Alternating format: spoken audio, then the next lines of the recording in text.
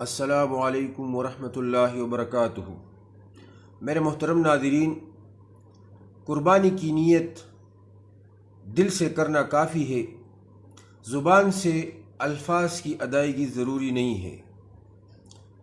سنت طریقہ یہ ہے کہ جانور کو ذبح کرتے وقت قبلہ رخ لٹایا جائے اور یہ دعا پڑھنی چاہیے: انی وجہت وجہی للذی فطر السماوات والارض حنیفا وما انا من المشرکین ان صلاتی ونسکی ومحیای ومماتی للہ رب العالمین۔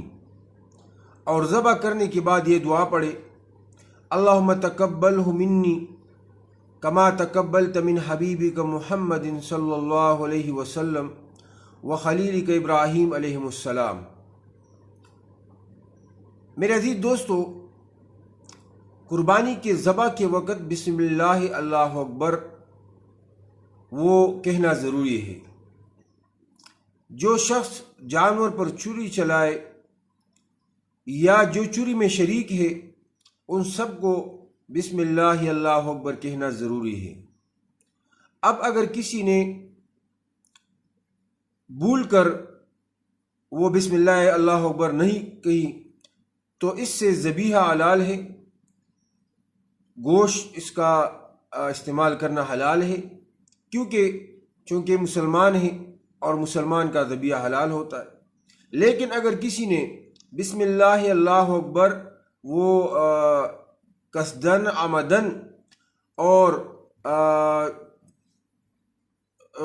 چھوڑ دی تو میرے عزیز دوستو یہ پھر اس وجہ سے اس کا نہ قربانی حلال ہے نہ ذبیحہ حلال ہے، کیونکہ اس نے یہ الفاظ بسم اللہ اللہ اکبر مصیبت سمجھ کر اور بوجھ سمجھ کر نہیں پڑھی۔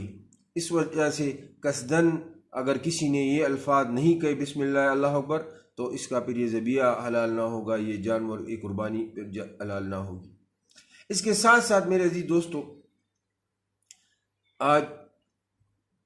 جانور کے ذبح کرتے وقت بعض حضرات وہ پاؤں یا پیٹ یا دم پر وہ ہاتھ رکھتے ہیں، جو معاون و مددگار ہوتے ہیں ان کو بسم اللہ اللہ اکبر کہنا یہ ضروری نہیں ہے۔ میرے عزیز دوستو، ایک اور مستحب اور سنت عمل یہ ہے ذبیحہ میں، قربانی میں، کہ جو بندہ قربانی کرتا ہے تو اس کو چاہیے کہ وہ خود اپنے ہاتھوں سے قربانی کرے۔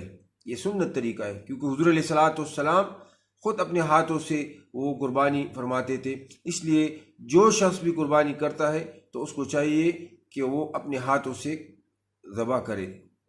اب اگر ایک آدمی کسی وجہ سے خود ذبح نہیں کر سکتا تو اس کو چاہیے کہ جو بھی شخص ہے اس کے ساتھ اس کو چھری دے تو اس کے ساتھ قربانی کا وہ ذبح اس کو کرنا چاہیے، لیکن اس کو بسم اللہ اللہ اکبر کی تلقین بھی کرنی چاہیے۔ اور اس کے ساتھ ساتھ میرے عزیز دوستو، جو قربانی خود چھری چلائے گا، ذبح کرے گا، تو اس کی وہ جو خلوص ہوتا ہے دوسرے لوگوں کی نسبت قربانی کے ساتھ وہ الگ ہوتا ہے۔ اس وجہ سے میرے عزیز دوستو، قربانی کی نیت اور ذبح کا مسنون طریقہ یہ نوٹ کر لے، اور تاکہ قربانی کرنے میں آسانی ہو اور سنت کے مطابق ہو۔ آخر دعوانا الحمدللہ رب العالمین۔